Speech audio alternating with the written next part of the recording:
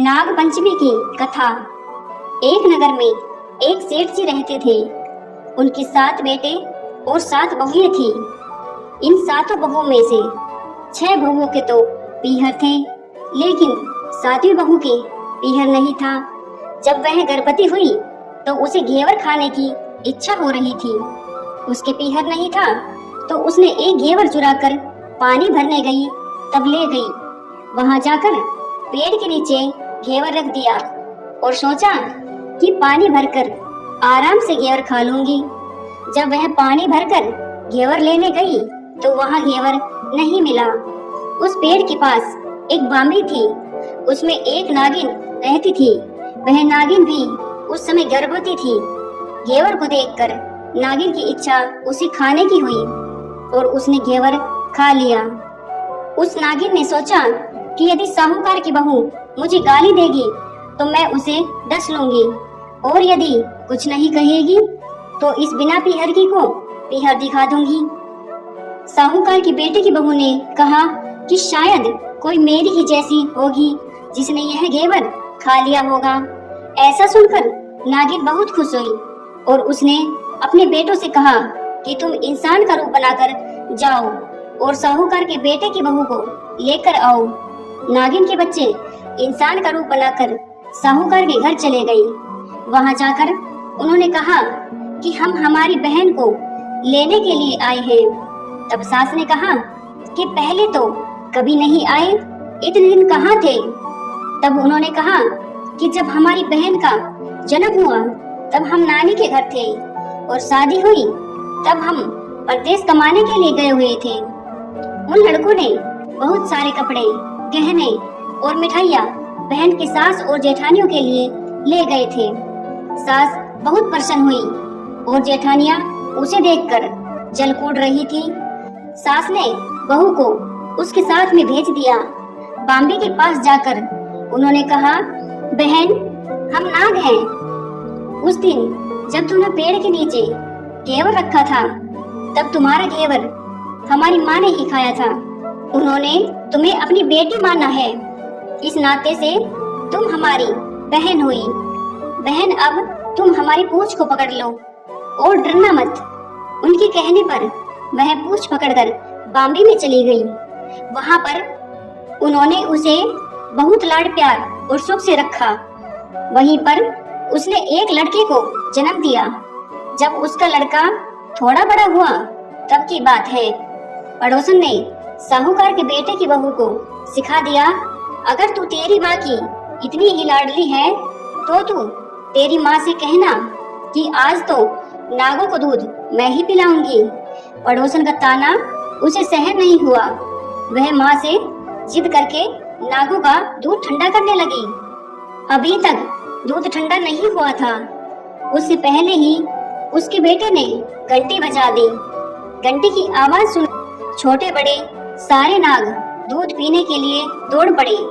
जब उन्होंने दूध में मुंह लगाया तो बहुतों का मुंह जल गया। तब नाग क्रोधित होकर बोलने लगे कि हम हमारी बहन को काटेंगे। उसकी माँ ने उसे समझाते हुए कहा कि इसे मत काटो, यह तुम्हें आशीष देगी। तब साहूकार के बेटे की बहू ने कहा, जियो म्हारा नाग नागिनी, जियो म्हारा खंड्या अंड्या वीर, वीर उठावे देख ली रो चीर, चीर तो फट जावे पण वीर जीता रहवे। थोड़े दिन बीत जाने के बाद पड़ोसन ने फिर से ताना मारा कि यदि तेरी माँ तुझ पर विश्वास करती है तो तुझे 7वें कोठे की चाबी देती। उसने माँ से जिद करके चाबी ले ली और जब ताला खोला तो अंदर झूले में बाबा नाग झूल रहे थे। उसने बाबा नाग से कहा, सत्सिया राम राम बाबा।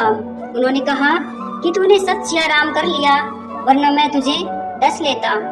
तब उसने कहा कि आप तो मेरे पिता हो, मुझे कैसे डस सकते हो?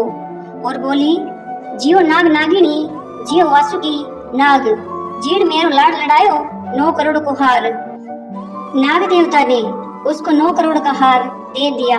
माँ ने अपने बेटों से कहा, बाई तो अब बड़े घरों में हाथ डालने लगी है, उसे घर पहुंचा दो। नागों ने साहूकार के बेटे की बहू को बहुत से गहने कपड़े दिए और ससुराल पहुंचा दिया। थोड़े दिन की बात है, उसका बच्चा झाड़ू तोड़ रहा था। ताई ने कहा, झाड़ू मत तोड़, इतना तोड़ने का शौक है तो तेरी नाना मामा के यहाँ से लाया होता। सांपों ने सुन लिया। माँ से जाकर कहा। माँ ने कहा, 2 झाड़ू सोने की बनवाओ, 2 चांदी की बनवाओ और दे आओ। ताइयां देकर चल गई। कहने लगी, इसके तो ताने मारने से धन बढ़ता है। कुछ दिनों के बाद की बात है, बच्चा गेहूं बखेर रहा था। ताई ने ताना मारा, गेहूं बखेरने का शौक है तो नाना मामा से ले आता, हमारे यहाँ तो मत बखेर। सांपों ने सुन लिया। जाकर माँ से कहा। माँ ने कहा, 2 बोरी दाने सोने के घड़ाओ, 2 बोरी दाने चांदी के घड़ाओ और दे आओ। ताइयां और जल गई। कहने लगी, इसे ताने मत मारो, इसका धन बढ़ता है। छोटी जिठानी लकड़ी लेने गई। वहाँ सांप था। उसने सोचा, सबसे छोटी को बेचना चाहिए, सांप उसे खा जाएगा तो मुसीबत मिट जाएगी। छोटी बहू लकड़ी लेने गई तो वहाँ सांप बैठा था। बोली, भैया राम राम। सांप ने झट से बिछुए दे दिए, पहनकर छमछम करती चली आई। जेठानी देखकर जल गई। 2-4 दिन बाद पान की गड्डियों में सांप दिखा तो बड़ी जेठानी ने सबसे छोटे को पान लेने भेजा। उसने सोचा, आज अवश्य सांप काट लेगा। सांप को देखकर छोटी बोली, भैया के घर क्या हाल चाल है? घर में सब ठीक तो है? सबको मेरा राम राम कहना। सांप ने मुंदड़ी पहना दी। जेठानी फिर जल फूट गई। उसका पति दुकान से आया, तब सिखा दिया कि तेरी बहू की तो सांप और बिच्छू से दोस्ती है। साहूकार का बेटा अपनी बहू से रात को कहने लगा, सच सच बता, सांप बिच्छू तेरे क्या लगते हैं जो तुझे काट खाने की बजाय गहने देते हैं? बहू ने कहा, वो तो मेरे भाई भतीजे लगते हैं। फिर उसने सारी बात अपने पति को बताई। पति ने कहा, तो क्या तेरे भाई भतीजे तुम्हें ही बुलाते हैं? कभी अपने जमाई को यानी हमें तो बुलाते नहीं है। आने कोने में छुपे सांपों ने बात सुन ली तो जाकर अपनी माँ से कहा। माँ ने कहा, दोनों को बुला लाओ।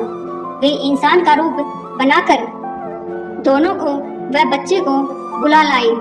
खूब कपड़े गहने देकर तीनों को विदा किया। ऐसा समर्थ पीहर नाग पंचमी की कहानी कहने वालों को, नाग पंचमी की कहानी सुनने वालों को सबको मिले। जैसी अनपिहरी वो पहले रही थी, किसी को भी न रखे। दोस्तों, वीडियो को लाइक, शेयर और सब्सक्राइब जरूर करना। मिलते हैं अगले वीडियो में। धन्यवाद।